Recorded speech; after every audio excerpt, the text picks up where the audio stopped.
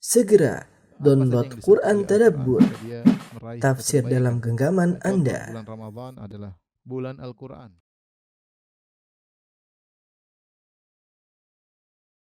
Bismillahirrahmanirrahim. Assalamualaikum warahmatullahi wabarakatuh. Alhamdulillahi ala ihsanih wa syukru lahu ala taufiqihi wa amtinanih. Asyhadu an la ilaha illallah wahdahu la syarika lahu ta'ziman li sya'nih wa asyhadu anna Muhammadan abduhu wa rasuluhu da'ila ridwanih. Allahumma salli alaihi wa ala alihi wa ashabihi wa ikhwanih. Ibu-ibu sekalian dirahmati Allah Subhanahu wa taala, pada pertemuan lalu telah kita bahas tentang apa itu rahim. Bahwasanya kerabat itu ada tiga, ada kerabat karena persusuan, ada kerabat karena pernikahan, dan ada kerabat karena rahim, satu rahim dengan yang lainnya. Dan syariat datang secara khusus, ya, semua kerabat hendaknya dibaiki dan disambung, tetapi yang lebih khusus lagi adalah kerabat karena hubungan silaturahmi.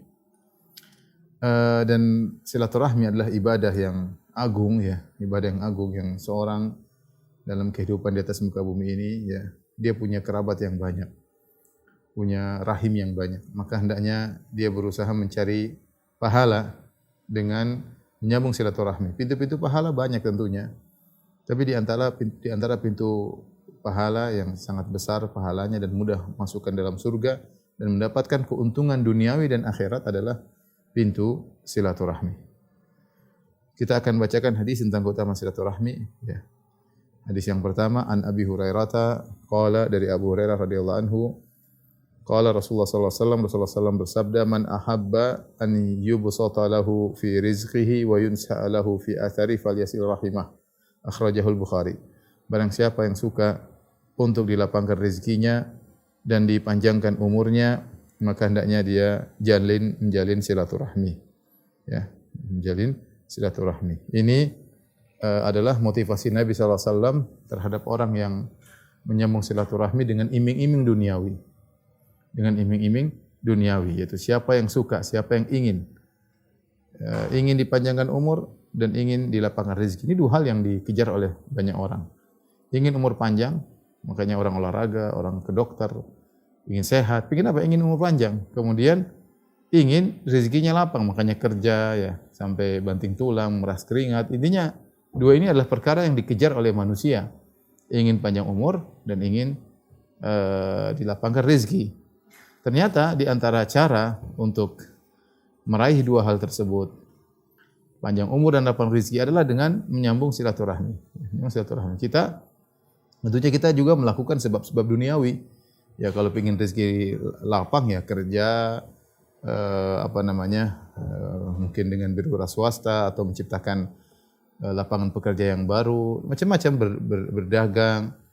Dan juga kalau kita ingin panjang umur, kita juga menggunakan sebab-sebab duniawi seperti olahraga, kemudian makan dengan memilih, tidak sembarang makan, ya, menghindarkan makan makanan yang bisa menimbulkan keburukan. Ini sebab duniawi. Tapi banyak orang lalai dari sebab ukhrawi, sebab agama. Ada sebab agama yang memudahkan orang untuk lapang rezekinya dan panjang umurnya. Di antaranya silaturahmi. Orang kalau sering silaturahmi, rezekinya dimudahkan oleh Allah Subhanahu wa taala dan umurnya dipanjangkan. Ini harus kita yakini. Ya, ini kita bicara tentang keimanan. Anda mengeluarkan uang untuk kerabat, ya, menyisihkan waktu untuk ngobrol dengan mereka, menyempatkan waktu untuk menjenguk mereka, itu menambah rezeki. Meskipun zahirnya uang kita berkurang karena bersafar butuh duit, belikan oleh-oleh butuh duit, memberi hadiah buat ponakan-ponakan butuh duit, akhirnya duit kita kurang, tetapi sungguhnya akan bertambah. Nabi SAW bersabda, ma naqasat shadaqatun min mal, bahwasanya sedekah tidak akan mengurangi harta. Zahirnya berkurang, tapi kenyataannya nanti cepat atau lambat akan bertambah. Dan itu pertambahannya di dunia, bukan di akhirat. Di dunia. Ini Nabi sedang berbicara tentang ganjaran duniawi, bukan ganjaran ukhrawi. Ganjaran ukhrawi sudah jelas masuk surga, orang silaturahmi masuk surga. Sudah kita jelaskan pada pertemuan lalu. Ini Nabi tidak bicara tentang ganjaran ukhrawi, Nabi bicara tentang ganjaran duniawi. Anda nyambung silaturahmi, umur panjang, rezeki lancar.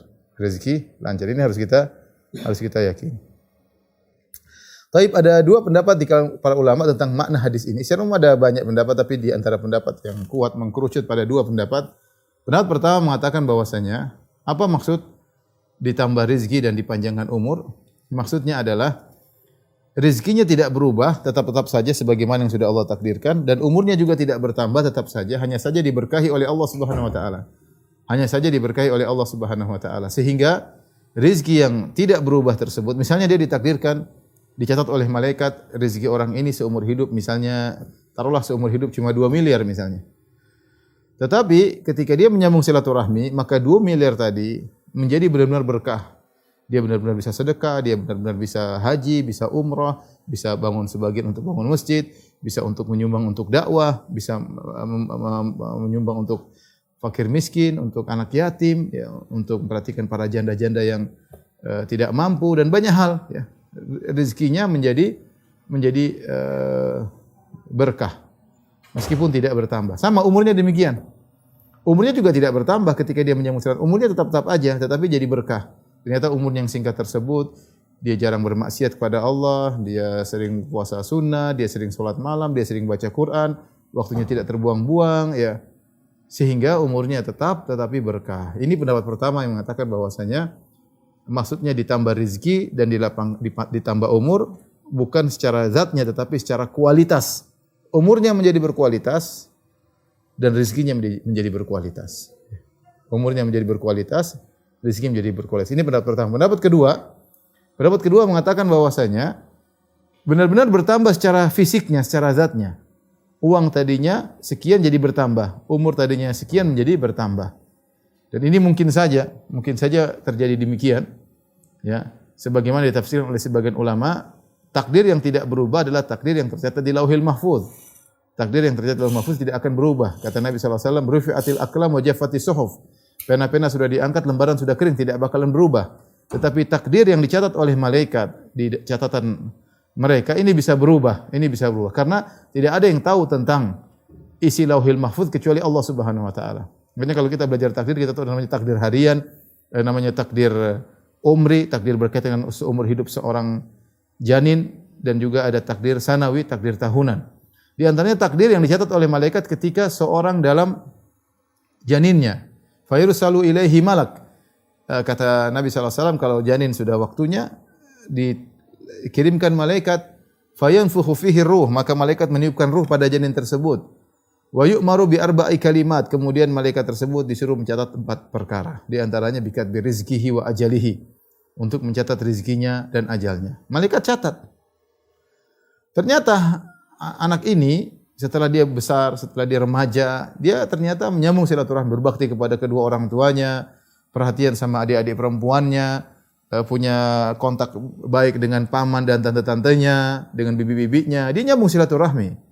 Maka Allah perintahkan kepada malaikat untuk merubah catatan. Tadi waktu dia masih janin, Allah bilang misalnya tulis rezekinya 2 miliar seumur hidup. Kemudian umurnya taruhlah 60 tahun.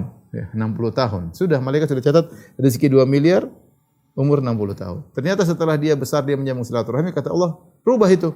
Rezeki menjadi 10 miliar misalnya, umur menjadi 80 tahun. Itu saja. Inilah yang Allah sebutkan dalam surat Ar-Ra'd ayat 39. Kata Allah, yamhullahu ma yasha'u wa yuthbit wa indahu umul kitab.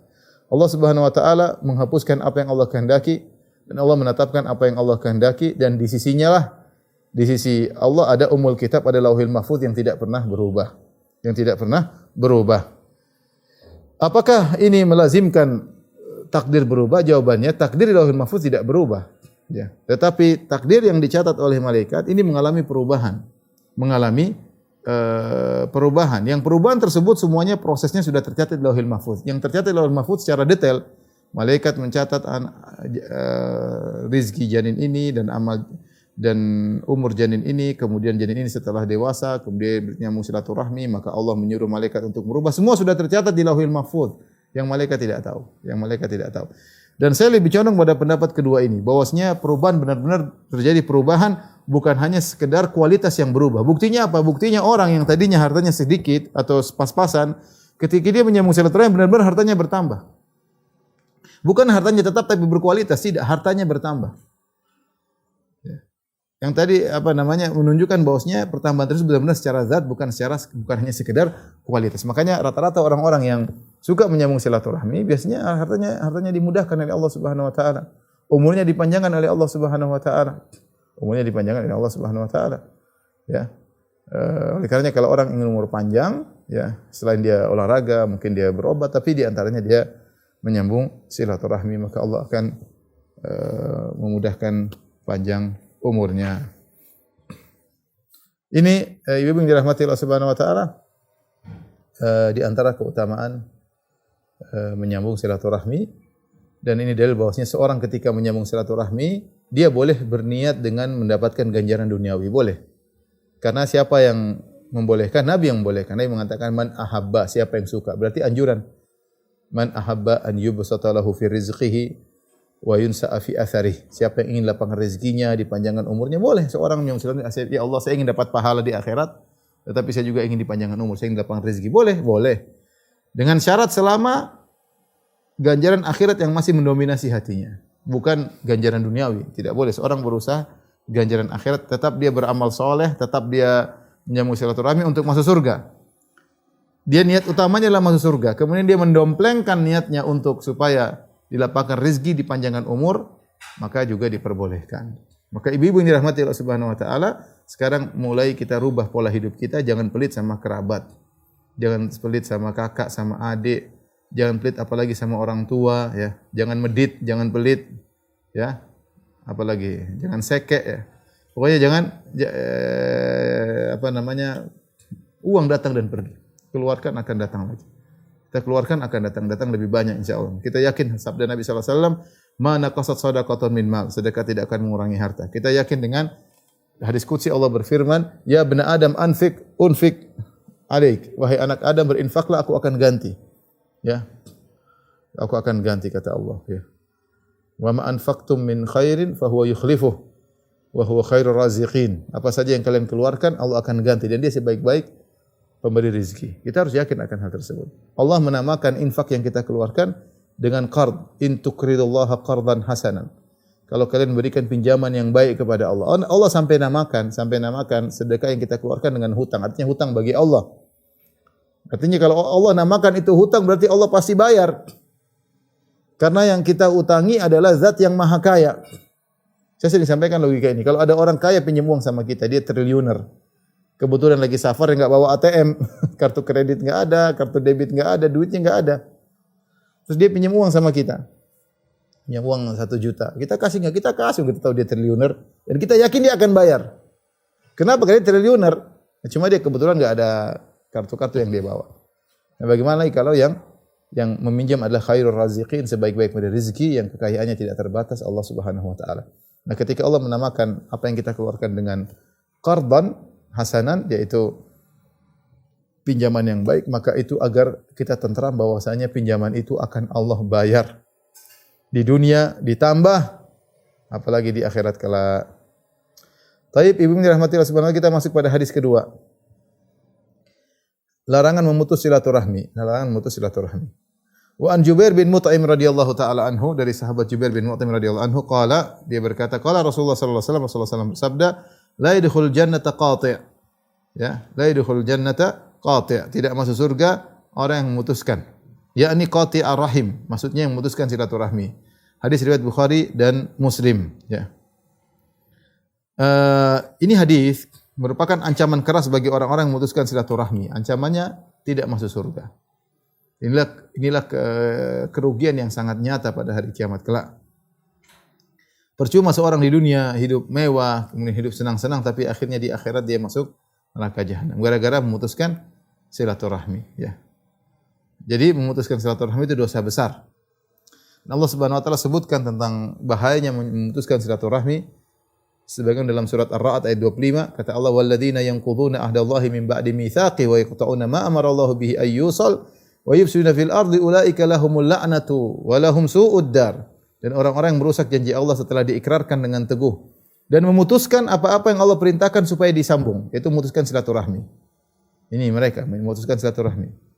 Wa yufsiduna fil ardi, dan melakukan kerusakan di atas muka bumi. Ulaika lahumul la'nah, maka mereka dapat laknat. Walahum su'udda, dan bagi mereka kesudahan yang buruk, yaitu neraka jahanam. Jadi orang yang memutuskan silaturahmi terlaknat dan dia diancam dengan neraka jahanam. Kata Allah dalam ayat yang lain, fahal asaitum in tawallaitum an tufsidu fil ardi wa tuqatti'u arhamakum. Ulaika alladziina la'anahumullah fa asammahum wa a'ma absarahum. Kata Allah Subhanahu wa taala, apakah sekiranya jika kalian berkuasa, kalian akan membuat kerusakan di muka bumi dan memutuskan hubungan kekeluargaan, memutuskan silaturahmi. Ulaika alladziina la'anahumullah. Mereka itulah orang-orang dilaknat oleh Allah. Fa asammahum, Allah jadikan mereka dijadikan tuli, wa a'ma absarahum. Ya, dan dibutakan penglihatan mereka, dijadikan tuli dan dijadikan buta. Ini ancaman yang keras bagi orang yang memutuskan silaturahmi. Ancaman keras. Diancam tidak masuk surga, diancam dengan neraka, diancam dengan dilaknat, diancam dibutakan matanya, ditulikan telinganya. Apa maksudnya dibutakan matanya, ditulikan telinganya? Maksudnya dia tidak bisa lagi melihat kebenaran. Hatinya mati. Sudah tidak peka lagi kepada ayat-ayat Allah. Kenapa? Tuli dan buta. Ya, tuli dan buta. Ini menunjukkan bahwasanya memutuskan silaturahmi adalah dosa besar, dosa besar. Makanya ikhwan akhwat yang dirahmati Allah Subhanahu wa taala, ibu-ibu yang dirahmati Allah Subhanahu wa taala, hati-hati seorang bertakwa kepada Allah Subhanahu wa taala, jangan sampai menjadi orang yang memutuskan silaturahmi karena dosanya dosa besar.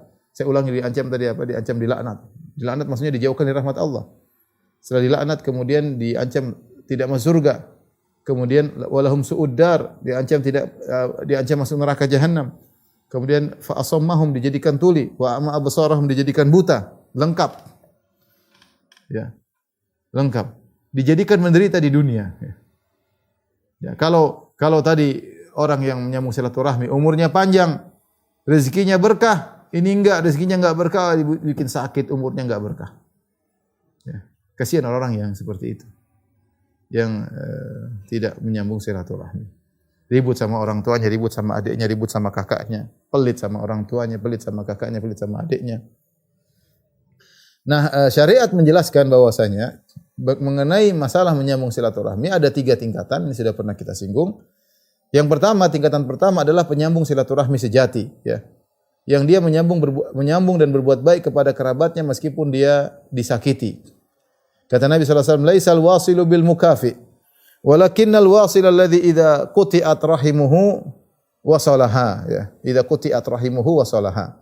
Bukanlah penyambung silaturahmi sejati adalah yang hanya mukafi, yaitu kalau dia baik saya baik. Itu bukan penyambung silaturahmi sejati. Zahirnya nyambung silaturahmi, ternyata tidak. Ternyata dia baik karena dibaiki. Walakinnal wasil, tetapi penyambung silaturahmi sejati alladzi idza quti'at rahimuhu, yaitu orang yang silaturahminya kalau diputus, dia berusaha menyambungnya, wasalaha, dia berusaha sambung. Artinya dia disakiti, dia dijauhi, dia direndahkan, dia dihina, tetapi dia cuek karena Allah Subhanahu wa taala, dia berusaha menahan hatinya dan dia berusaha untuk menyambung. Dia tidak balas keburukan dengan keburukan. Ini sangat-sangat berat, tapi inilah penyambung silaturahmi sejati. Kalau dia berbuat baik tidak diakui. Kalau dia berbuat baik tidak ada yang bilang terima kasih. Kalau dia sudah berusaha tidak dihargai. Dia sudah memberi dianggap kurang. Ya, bagaimana lagi? Tapi inilah penyambung silaturahmi sejati. Justru menunjukkan dia menyambung silaturahmi karena Allah, bukan karena berharap kebaikan dari mereka. Tapi ingat, orang seperti nanti rezekinya lancar. Orang seperti nanti umurnya berkah.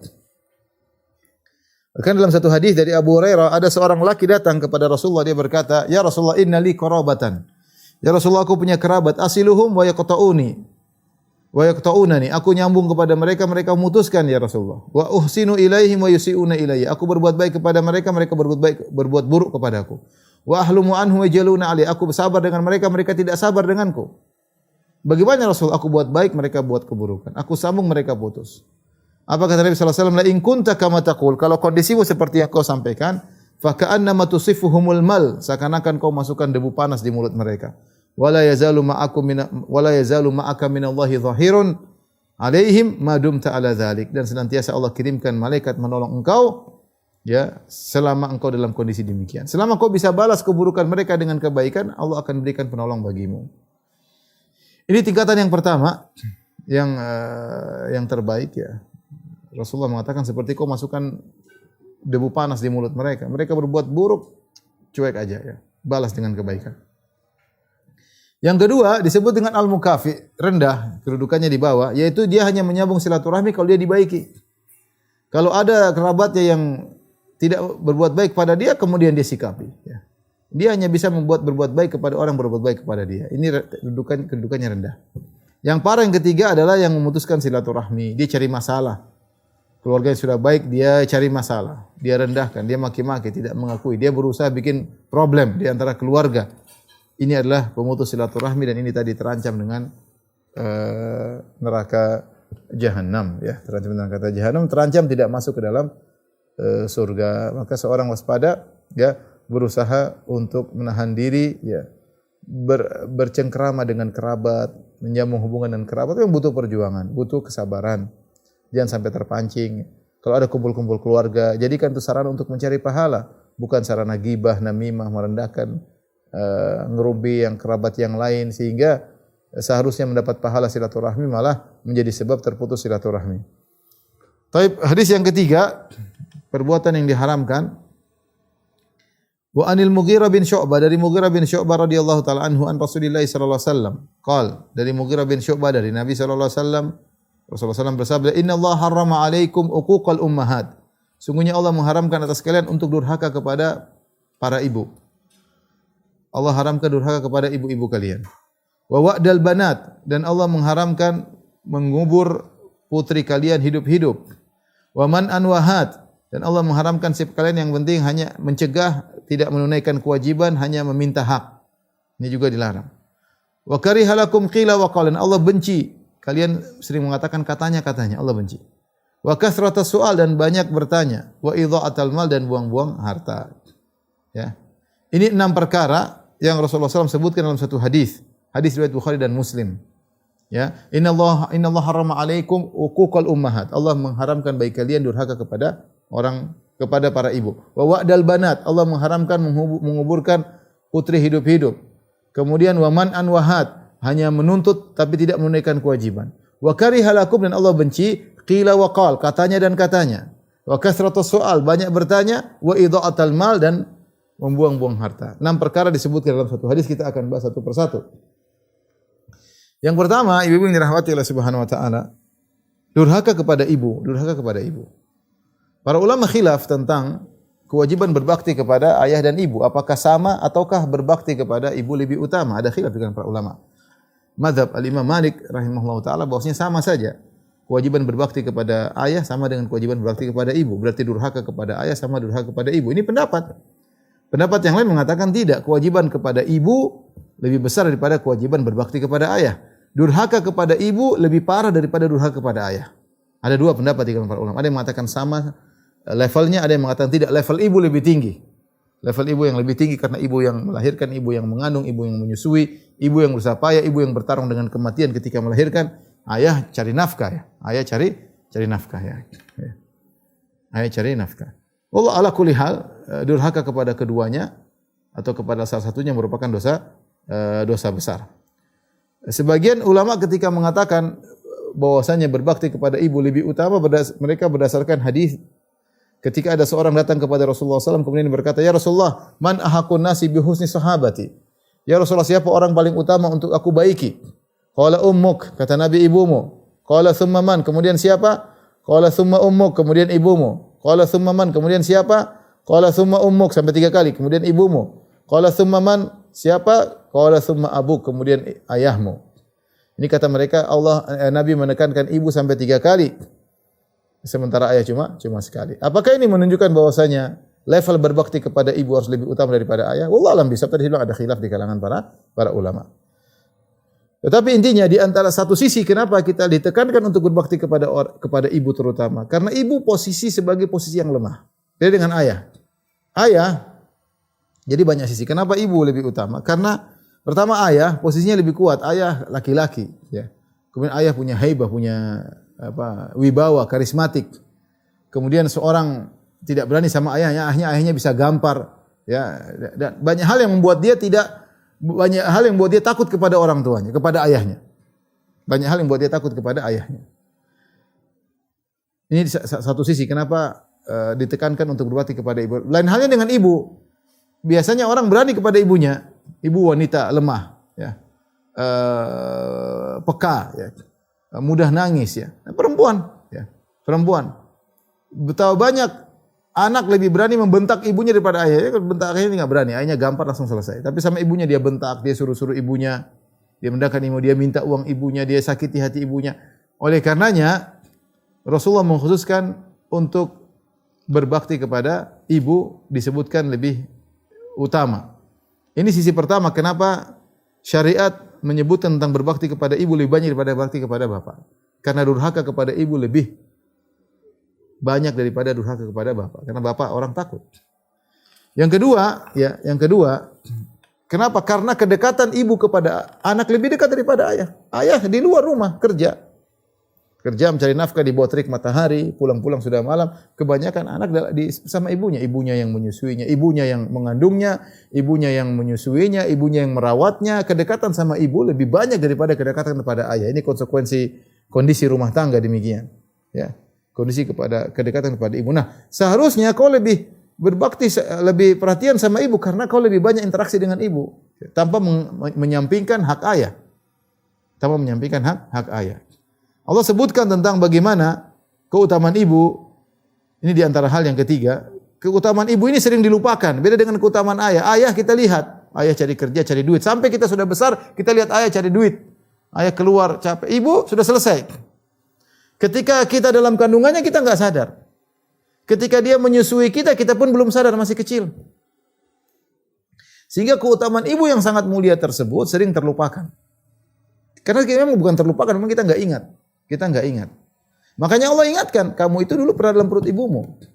Kamu itu pernah disusui oleh ibumu.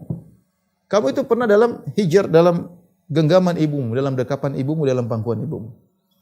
Maka Allah sebutkan secara khusus karena itu hal yang tidak kita ingat lagi. Kalau ayah kita masih ingat, ayah kerja. Kita sudah besar, kita masih lihat ayah kerja. Pulang, letih, capek, dipijit, kemudian masuk angin, macam-macam. Ibu kita juga lihat ibu kerja, tapi kita tidak lihat bagaimana posisi yang sangat penting ketika ibu mengandung, ketika ibu melahirkan kita, ketika ibu menyusui kita. Makanya Allah mengatakan hamalatu ummuhu wahnan ala wahnin. Ibunya telah mengandungnya dalam kondisi lemah di atas kelemahan. Ya.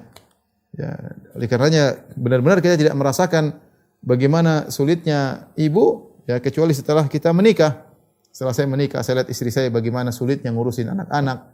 Bagaimana ketika mengandung, bagaimana ketika melahirkan, bagaimana ketika menyusui, ini perkara yang sangat kita tahu ternyata memang seorang ibu, dulu ibu saya kira-kira seperti itu, ya. Dulu kira-kira seperti itu, ya. Baru kita sadar bahwasanya ternyata peran ibu itu sangat luar biasa. Kita ini enggak ada apa-apanya kalau tidak atas perjuangan ibu kita. Maka ini perlu diingatkan, ya, diingatkan bahkan Allah langsung ingatkan. Allah yang langsung ingatkan. Hamalatu ummuhu wahnan ala wahnin wa fisaluhu fi amain an ishkur li wa liwalidayka ilayal masir. Allah jelaskan, ibumu yang mengandungmu, ibumu yang menyusuimu, ya. Wa wada'tu kurha, ibumu yang melahirkan dalam kondisi sulit, ya. Bertarung dengan kematian. Yang ingatkan siapa? Allah Subhanahu wa taala. Nah, kita dalam didik anak-anak, saya sebagai ayah, saya sering ingatkan anak saya. Lupa dulu dalam perut ummi, kita ingatkan. Enggak apa-apa Ustaz, enggak apa-apa karena Allah sendiri yang mengingatkan. Ini perkara penting. Manusia tempatnya lupa kalau dulu ibunya pernah bertarung dengan kematian untuk melahirkan dia. Ya, supaya dia berbakti kepada ibunya. Sama ibunya mengingatkan tentang jasa bapaknya supaya dia tidak lupa dengan kebaikan bapak. Saling kerjasama. Oleh karena kalau kita lihat bagaimana amalan para ulama salaf dahulu terhadap ibu mereka, maka sangat-sangat luar biasa. Saya nukilkan beberapa cerita di sini tentang bagaimana para ulama dahulu terhadap ibu mereka sangat luar biasa. Seperti contohnya perkataan Ibnul Munkadir. Ibnul Munkadir pernah berkata, "Bitu agmizu rijla ummi wa bata Umar yusalli lailatahu, famasarrani lailati bi lailatihi." Aku semalam memijit kaki-kaki ibuku. Sementara saudaraku Umar solat malam, tapi kalau disuruh tukaran pahala aku tidak mau. Ibnul Munkadir dia tahu bahwasanya menyenangkan hati ibu dengan mijit kakinya itu lebih utama, lebih afdal daripada sekedar solat malam. Kenapa Allah yang menyuruh untuk berbakti kepada orang tua? Rasulullah SAW pernah mengatakan kepada seorang yang ingin berjihad di jalan Allah, kata Nabi SAW, ilzam rijlaiha fathammal jannah. Lazimilah kedua kaki ibumu, di situ surgamu. Ya, sehingga Ibnu Munkadir mengatakan saya semalam mijit kaki ibu saya. Sementara saudaraku salat malam, tapi kalau suruh tukaran pahala saya tidak mau. Ya. Ya. Kemudian contoh lagi seperti Mansur Ibn al-Mu'tamir, seorang ahli hadis. Kata Abu Bakar bin Ayyash, dia berkata, "Rubbama kuntu ma'a Mansur Ibn al-Mu'tamir jalisan fi manzilihi, fatasihu bihi ummuhu." Terkadang saya duduk bersama Mansur Ibn al-Mu'tamir di rumahnya. Saya duduk ngobrol sama dia atau ada keperluan apa, tahu-tahu ibunya berteriak. Wa kanat fadhdatan alaihi, dan ibunya kasar sama Mansur. Padahal Mansur ini ulama, orang semua hormat sama dia, tapi ibunya kasar sama dia. Suatu hari ibunya berkata kepada Mansur, "Ya Mansur, yuriduka Ibnu Hubairah alal qadha fata'ba." Wahai Mansur, Ibnu Hubairah suruh engkau menjadi hakim, kau tidak mau. Ibunya marah-marah. Kenapa kau ngambil pekerjaan, jadi pejabat, jadi hakim? Ibunya marah-marah. Dan dia tidak komentar. Wa huwa wadhi'un lihyatahu ala sadrihi. Mansur Ibn al-Mu'tamir hanya tunduk meletakkan jenggotnya di dadanya. Ma yarfa'u tarfahu ilaihiya. Dia tidak berani mengangkat wajahnya ke arah ibunya. Wa kana rahimahullah sawwaman qawwaman. Dan Mansur Ibn al-Mu'tamir suka puasa Senin, suka puasa sunnah dan suka salat malam. Dia tidak komentar, dia tidak berkata, "Ibu enggak ngerti, Bu, jadi hakim itu susah, Bu. Ngeri hak-hak orang." Dia enggak komentar, diam aja. Ini hal yang sulit dijelaskan kepada orang tua. Ibunya hanya ngomel-ngomel sama dia dan ibunya kasar sama dia. Sementara semua orang hormat sama dia. Tapi dia tidak berani ngangkat pandangannya ke arah ibunya. Apalagi mana dengan pandangan sini. Apalagi matanya ibu, enggak ngerti ibu itu apa yang ngerti. Makanya ibu sekolah enggak ada. Dia hanya diam dan mendengar celotehan ibunya, komentar ibunya, omelan ibunya, dan dia diam aja. Lihat bagaimana para salaf dia. Mereka tahu tentang keutamaan orang tua. Tidak seperti sebagian orang, ya, mengkritiki ibunya, membantah ibunya, membentak ibunya, membodoh-bodoh ibu, enggak ngerti, ibu masih zaman dulu, zaman jadul, mak tidak. Subhanallah, asal ngomong seenaknya, menyakiti hati ibunya, ya. Ini Mansur Ibn al-Mu'tamir. Kemudian kita bacakan lagi tentang Abu Hanifah. Abu Hanifah rahimahullah adalah orang yang boleh dikatakan paling cerdas di zamannya. Diakui oleh para ulama. Sampai ada yang mengatakan Abu Hanifah kalau ngomong sama kamu, dia bilang ini tembok. Tembok ini adalah batu dari semen atau dari bata. Kalau dia bilang ini dari emas, kau pasti percaya. Saking pintarnya dia berdalil. Kalau dia berdebat, dia mau bilang ini dari emas, dia akan bisa ngomong demikian. Ini gambaran saking hebatnya Abu Hanifah dan diakui oleh para ulama. Luar biasa ilmunya Abu Hanifah. Tetapi lihat bagaimana ditunduknya dia kepada ibunya. Kata Abdul Jabbar Al-Hadrami, "Kana fi masjidina qasun yuqal lahu Zur'ah." Di masjid kami ada seorang tukang kasih tausiah, suka cerita ini, cerita anu, namanya Zur'ah. Fa aradat ummu Abi Hanifah an tastaftiya fi syai'in fa aftaha Abu Hanifah falam taqbal. Maka ibunya Abu Hanifah masih hidup, dia ingin bertanya tentang suatu masalah agama. Maka Abu Hanifah kasih jawabannya begini, hukumnya begini. Tapi ibunya tidak terima. Ibunya kurang menghargai Abu Hanifah. Sampai ada istilah ashadun nasi fil alim ahluhu. Orang yang paling tidak menghargai seorang ulama adalah keluarganya sendiri. Tidak pati sebagian orang mungkin alim, orang semua hormat sama dia, orang semua rebutan cium tangan dia, tapi mungkin ibunya tidak menghargai dia, atau anaknya sendiri tidak menghargai dia, mungkin adik perempuannya tidak menghargai, mungkin istrinya tidak menghargai dia. Sementara kalau dia keluar, orang semua rebut-rebutan untuk mencium tangannya. Lihat Abu Hanifah semua orang tahu dia paling cerdas, tapi ibunya tidak menghargai. Ibunya punya masalah agama, Abu Hanifah sudah jawab. Tapi ibunya enggak mau. Ibunya bilang, "La aqbal illa ma yaqulu Zur'ah al-Qas." Saya tidak mau terima fatwa kecuali dari Zur'ah. Zur'ah ini orang biasa, hanya kasih ceramah di masjid. Kasih ceramah di masjid. Bukan ahli fikih, bukan ahli hadis, cuma kasih ceramah. Ada orang seperti itu, tapi dia ngomongnya enak. Tanya masalah enggak ngerti, ya. Faja'a bi Abu Hanifah ila Zur'ah. Abu Hanifah dengan tawadhu'nya dia bawa ibunya ke Zur'ah. Dia tidak mengatakan, "Mak, itu orang enggak bisa apa-apa, Mak. Sama saya aja, orang semua ngaku." Dia nurut aja. Ibunya bilang, "Enggak, saya mau dengar dari sana." Sudah dia bawa ibunya. Subhanallah, dengan penuh tawadhu. Kemudian dia datang kepada Zur'ah. Zur'ah tidak ada bandingannya dengan Abu Hanifah. Kita aja baru pertama kali dengar namanya Abu Hanifah, namanya rahimahullah terkenal. Maka Abu Hanifah dengan tawadhu'nya dia mengatakan, "Hadhi ummi tastaftika fi kadza wa kadza." Wahai Zur'ah, ini ibuku mau nanya kamu tentang permasalahan begini-begini. Zur'ah dengan jelas mengatakan, "Anta a'lamu minni wa afqah." Kau lebih pandai dari aku, wahai Abu Hanifah, kau lebih faqih. Fa'aftiha anta, kau saja kasih jawaban, ngapain tanya ke saya? Kata Abu Hanifah, qad aftaituha bi kadza wa kadza. Aku sudah kasih fatwa dia, dia tidak mau terima. Saya fatwakan begini-begini. Apa kata Zur'ah? Al-qaul kama qala Abu Hanifah. Kata Zur'ah sama jawabannya sama dengan jawabannya Abu Hanifah. Faradiyat wa ansarafat. Baru ibunya terima, ibunya pergi. Subhanallah. Saya pikir bagaimana orang seperti tawadhu di hadapan ibunya, tidak ada keangkuhan sedikit pun, tidak ada kesombongan sedikit pun. Lihatlah bagaimana Ali bin Husain bin Ali bin Abi Thalib. Ali bin Husain dikenal Zainal Abidin. La ya'kulu ma ummi, dia tidak pernah makan sama ibunya. Tidak pernah makan sama ibunya. Kenapa? Orang bertanya, kenapa tidak makan sama ibunya? Durhaka kah? Tidak. Wa kana abarran nasi biha, dia orang yang paling berbakti sama ibunya. Faqila lahu fi dzalik, orang heran, kenapa kok ini orang paling berbakti, kenapa tidak mau makan, tidak mau sepiring sama ibunya, tidak mau senampan sama ibunya? Ada apa gerangan sementara engkau adalah orang paling berbakti kepada ibumu? Apa jawaban dia ketika ditanya, kenapa engkau enggak makan sama ibu? Kata dia, akhafu an akula ma'aha fatasbiqu ainuha ila syai'in min at-ta'am. Aku khawatir aku makan sama dia, ternyata matanya melihat satu makanan dan saya tidak tahu, fa aqulu, kemudian aku makan makanan tersebut sementara ibuku lagi pengin makan itu. Fa akuna qad aqaqtuha, dan aku khawatir aku telah durhaka kepadanya. Itu sebabnya. Dia khawatir misalnya kita makan ada kerupuk, ternyata ibunya pengin makan kerupuk tersebut, kita makan di luar. Namanya orang tua kadang-kadang anaknya dulu makan dulu ya. Udah makan aja, ibu nanti aja gampang makan dulu. Padahal dia pengin. Tapi dia mendahulukan anak-anaknya. Dan itu banyak orang-orang tua, terutama orang tua zaman dahulu. Ya, seperti itu. Ya. Maka inilah kenapa Zainal Abidin tidak mau makan sama ibunya. Dia khawatir ibunya nengok satu makanan, kemudian dia yang ambil makanan tersebut. Saking berbaktinya kepada ibunya. Lihatlah Ibnu Sirin pernah berkata tentang Usama. Kata Ibnu Sirin, seorang tabi'in, balagatin nakhlatu ala ahdi Utsman bin Affan alfa dirham. Di zaman Utsman bin Affan, ternyata korma lagi mahal-mahalnya. Sampai harganya sampai 1.000 dirham. Mahal banget 1.000 dirham. Tiba-tiba fa'amada Usama tu ila nakhlatin fa naqaraha wa akhrajaha jummaraha fa akhraja jummaraha wa at'amaha ummuhu.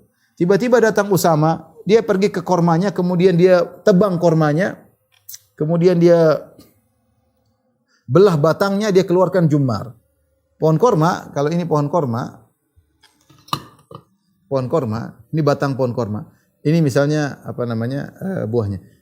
Persis di dekat di ujung batang korma paling atas, di sini dalamnya ada jummar. Jummar itu semacam warna putih. Caranya bagaimana? Caranya dibolongin ini batangnya. Artinya kalau dibolongin korma ini mati. Dibolongin diambil, padahal korma lagi mahal 1.000 dirham. Tapi dia tidak peduli, karena apa? Karena ibunya lagi pingin makan jummar. Maka dia potong kormanya tersebut, dia keluarkan jummarnya, kemudian dia kasih ibunya. Maka ibunya pun makan. Faqalu lahu, orang-orang semua protes sama dia. Ma yahmiluka ala hadha wa anta tara an-nakhla qad balagat al-fadir. Kenapa kau begini? Kenapa kau tak tebang pohon kormamu sementara kau tahu pohon korma sekarang harganya sudah 1.000 dirham? Apa jawaban Usama? Inna ummi sa'alatnihi. Ibuku minta pengin makan itu. Wala tas'aluni syai'an aqdiru alaihi illa a'taituha ya. Kata Usama, dan ibuku tidak minta sesuatu sementara saya mampu kecuali saya akan kasih. Ajib ya. Apa saja ibuku minta, kalau saya mampu saya akan kasih. Ya la yukallifullahu nafsan illa wus'aha. Allah tidak memberi luar kemampuan. Kalau keluar kemampuan ya sudah. Ini harus kita ingat cerita ini. Seorang anak tidak boleh perhitungan sama orang tuanya. Selama dia mampu. Lain halnya kalau dia kasih ibunya, kemudian istri anaknya kelaparan, lain cerita. Apakah Usama enggak punya, istri punya. Tapi ketika ibunya minta sesuatu dan dia tahu dia mampu, dia akan kasih. Mumpung antum lagi mampu, mumpung anti lagi mampu. Ibu minta sesuatu, terkadang bukan perkara yang berat. Anti masih mampu, ya lakukan, ini pahala untuk masuk surga. Jangan ditunda-tunda. Mumpung orang tua masih hidup. Kalau sudah mati sudah selesai. Kalau meninggal sudah selesai.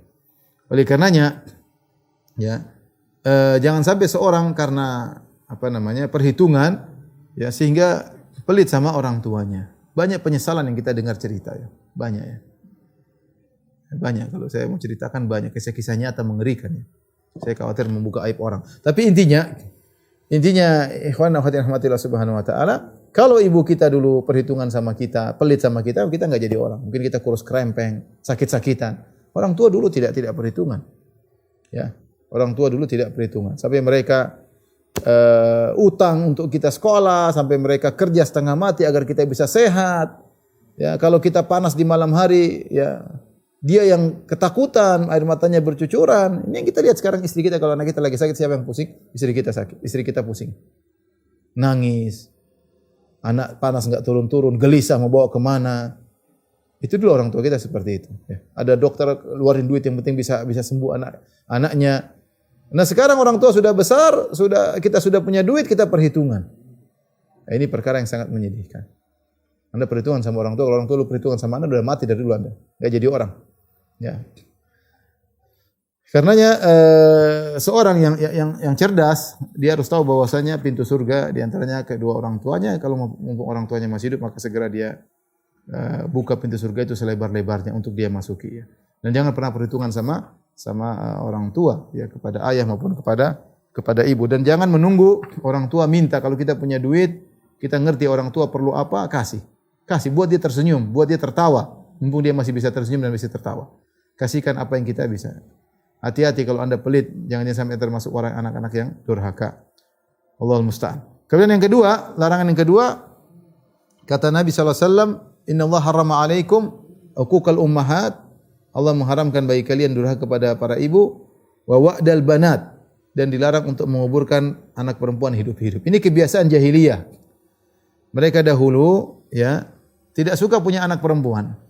Kenapa anak perempuan bikin masalah? Kalau anak laki-laki, masih mending anak laki-laki nanti kalau udah besar ikut berperang, ikut barisan perang. Apalagi orang Arab jahiliyah dahulu sering berperang di antara mereka, kabilah dan kabilah perang di antara mereka. Sehingga mereka butuh jumlah yang banyak. Sehingga kalau punya anak laki-laki mereka bangga, kalau punya anak perempuan mereka kecewa. Ya. Sampai disebutkan dalam satu kisah kenapa terjadi pembunuhan terhadap anak-anak perempuan. Terjadilah pertikaian atau perang di antara dua kabilah. Kemudian akhirnya setelah selesai perang, ternyata putri dari kepala suku ini ditawan oleh suku yang lain. Mereka saling berperang. Jadi putri dari kepala suku ini ditawan oleh suku yang lain, putrinya. Akhirnya dia pusing gimana bisa menyelamatkan putrinya lagi. Ternyata putrinya di kepala ini jatuh cinta sama lelaki di suku yang lain ini. Akhirnya putrinya tidak mau kembali, tetap bertahan sama, akhirnya kepala suku ini jengkel. Dia benci sejak itu kepada anak perempuan. Dia berkata, kalau saya punya anak perempuan lagi, saya akan kubur hidup-hidup. Mulailah ketika dia punya anak perempuan, dia kubur hidup. Jadilah kebiasaan. Ini zaman jahiliyah tentunya. Ini asal muasal. Sebenarnya mengatakan ini asal muasal kenapa terjadi tradisi. Banyak sebab di antaranya ini tradisi tadi. Sehingga mereka malu kalau punya anak perempuan. Allah sebutkan wa idza busyira ahadum bil unsa dhalla wajhuhu muswaddan wa huwa kadzim. Kalau dikabarkan punya anak perempuan maka mereka marah dan mereka sedih. Ya tawara minal qaumin su'ima busyira, malu ketemu orang. Kalau tanya anakmu mana perempuan, dia malu.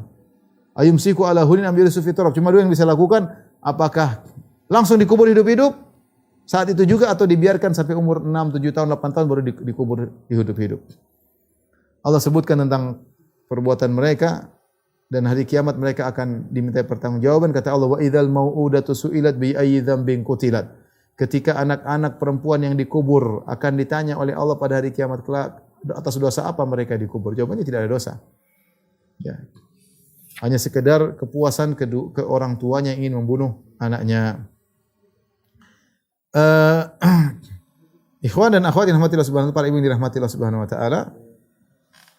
Jika seorang orang jahiliyah dulu mereka punya anak perempuan, mereka lakukan. Pertama, langsung dikubur, atau kedua dibiarkan sampai umur 6 tahun, 7 tahun, setelah itu dirias, kemudian dibawa pergi, kemudian sudah di suatu sumur sudah disiapkan, anak tersebut kemudian dilempar dalam sumur tersebut, kemudian dikubur hidup-hidup. Ya, makanya ketika anaknya diambil, maka ibunya sudah ngerti ini anak mau dibunuh. Sudah tradisi mau diapain? Tradisi umur 7 tahun dibunuh, umur 6 tahun dibunuh. Masih mending dibunuh begitu lahir langsung dibunuh. Ini enggak sudah besar, sudah 6 tahun, 7 tahun lagi lucu-lucunya, lagi cantik-cantiknya. Kemudian dibawa, subhanallah, hilang apa rasa hati mereka, perasaan mereka hanya karena mengikuti tradisi masyarakat. Malu punya anak perempuan, tidak ada yang bisa dibanggakan. Bikin repot kehidupan. Akhirnya dibunuh. Di zaman kita di kaum muslimin tidak ada perbuatan tersebut, sudah tidak ada orang siapa yang tega membunuh anaknya. Kalau ada itu orang kelainan. Tetapi kebencian terhadap anak perempuan masih tersisa. Enggak suka punya anak perempuan, itu masih ada. Kalau sampai tahapan membunuh, enggak. Tapi kalau kebencian terhadap anak perempuan, punya anak perempuan jengkel, punya perempuan jengkel, ini ada, masih ada. Masih ada sebagian orang. Terutama seorang yang diberikan anak perempuan berturut-turut, anak pertama perempuan, anak kedua perempuan, anak ketiga perempuan. Dia mulai jengkel sama, kalau punya anak perempuan, dia mulai jengkel sama istrinya. Ya. Ketidaksukaan terhadap anak perempuan, ini merupakan bentuk protes terhadap takdir Allah. Protes. Allah kasih anugerah anak perempuan, kau protes. Ya. Dan ini merupakan bentuk menolak pemberian Allah Subhanahu wa taala. Allah menamakan anak perempuan sebagai pemberian, anugerah. Kata Allah, lillahi mulkus samawati wal ard. Sungguhnya milik Allah kerajaan langit dan bumi. Yakhluqu ma yasha, Allah menciptakan apa yang Allah kehendaki. Yahabu liman yasha'u inathan. Allah menganugerahkan kepada siapa yang Allah kehendaki anak-anak perempuan. Wa yahabu liman yasha'u dzukur. Allah juga memberi anugerah kepada sebagian orang anak laki-laki saja. Jadi Allah cerita, ada orang yang anaknya perempuan semua. Ada orang yang anaknya laki-laki semua. Au yuzawwijuhum dzukuranan wa inathan. Ada orang anaknya laki-laki perempuan seperti saya. Saya punya anak perempuan 3, saya punya anak laki-laki 2. Tapi ada yang laki-laki semua, ada yang perempuan semua. Ya. Saya punya teman anak keempat sudah kelima perempuan semua ada. Pertama perempuan, kedua perempuan, ketiga perempuan, keempat perempuan, kelima perempuan. Kalau tanya ibu lahir perempuan lagi, kayaknya sedih. Kayaknya sedih.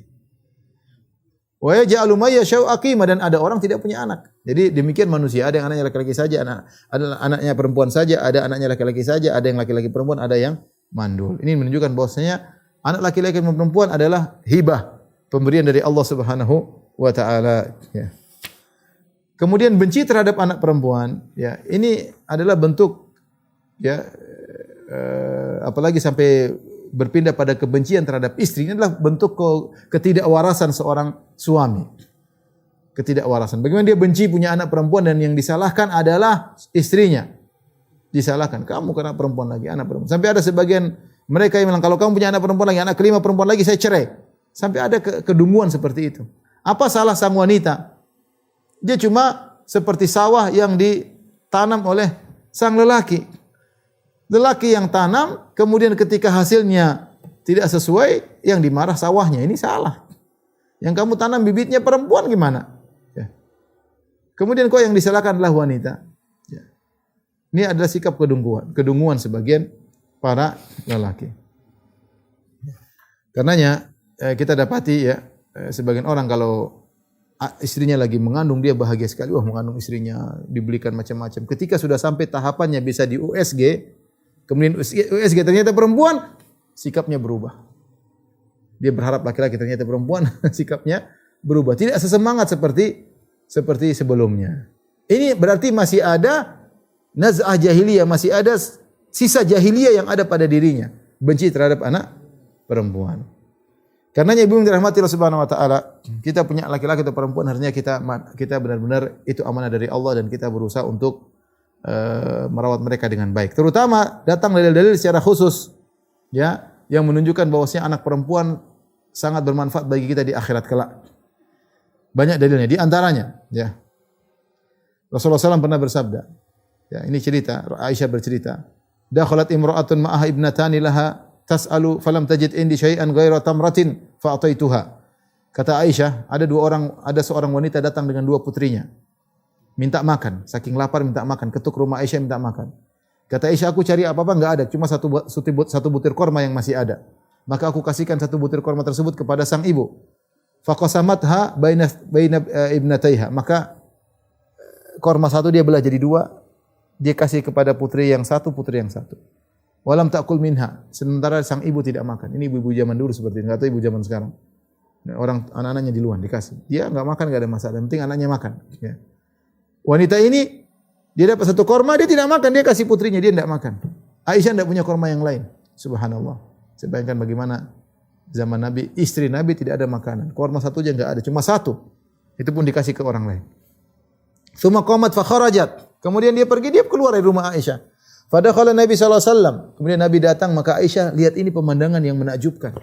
Bagaimana seorang ibu yang sayang kepada 2 putrinya mendahulukan 2 putrinya daripada dirinya sendiri. Ya. Maka aku pun cerita kisah ini kepada Nabi sallallahu alaihi wasallam. Apa kata Nabi sallallahu alaihi wasallam mengomentari, "Man ibtuliya min hadhil banat bi syai'in." Ya, fa ahsana ilaihinna kunna lahu sitran minan nar. Siapa yang diuji oleh Allah untuk mengurusi anak-anak perempuan, kemudian dia berbuat baik kepada anak-anak perempuan tersebut, maka anak-anak perempuan tersebut akan menjadi penghalang baginya dari neraka jahanam. Subhanallah. Nikmat. Syariat mengajarkan kepada kita, kalau kita punya anak perempuan bersyukur. Ini calon penghalang kita di hari kiamat kelak. Caranya gimana? Rawat dia baik-baik. Beri wejangan, sabar dalam merawatnya. Sabar dalam membimbingnya. Ajarkan rasa malu kepadanya. Peluk dia. Senangkan hatinya. Kalau kita ingin anak perempuan kita menjadi penghalang kita dari neraka jahanam pada hari kiamat kelak. Dalam riwayat yang lain Nabi berkata, "Innallaha qad aujaba laha bihal jannah aw ataqaha biha minan nar." Sungguhnya Allah Subhanahu wa taala telah mewajibkan bagi sang ibu ini surga. Atau dalam riwayat Allah telah menyelamatkan sang ibu ini dari neraka jahanam. Kenapa? Dia ngurus kedua putrinya. Dalam hadis yang lain kata Nabi sallallahu alaihi wasallam, "Man kana lahu thalathu banatin fasabara alaihinna." Siapa yang punya 3 putri dan dia sabar mengurusi 3 putri tersebut. Wa at'amahunna, kemudian beri makan kepada mereka. Wa saqahunna, dan beri minum kepada 3 putri tersebut. Wa kasahunna, dia belikan baju untuk 3 putri tersebut. Min jidatihi, dari apa yang dia miliki, dari harta. Kunna lahu hijab minan nar yaumal qiyamah, maka 3 putri tadi akan menjadi penghalang baginya neraka jahanam. Alhamdulillah Allah memberikan saya anugerah 3 putri. Semoga putri-putriku menjadi penghalang neraka jahanam ya. Kemudian dalam hadis yang lain Rasulullah SAW bersabda, "Man ala jariyataini hatta tablugha." Siapa yang mengayomi 2 anak wanita sampai dewasa, jaa yaumul qiyamati ana wa huwa wa dhamma asabi'ahu, maka aku akan datang dengan dia seperti ini pada hari kiamat. Rasulullah SAW menempelkan 2 jarinya. Ini kesempatan.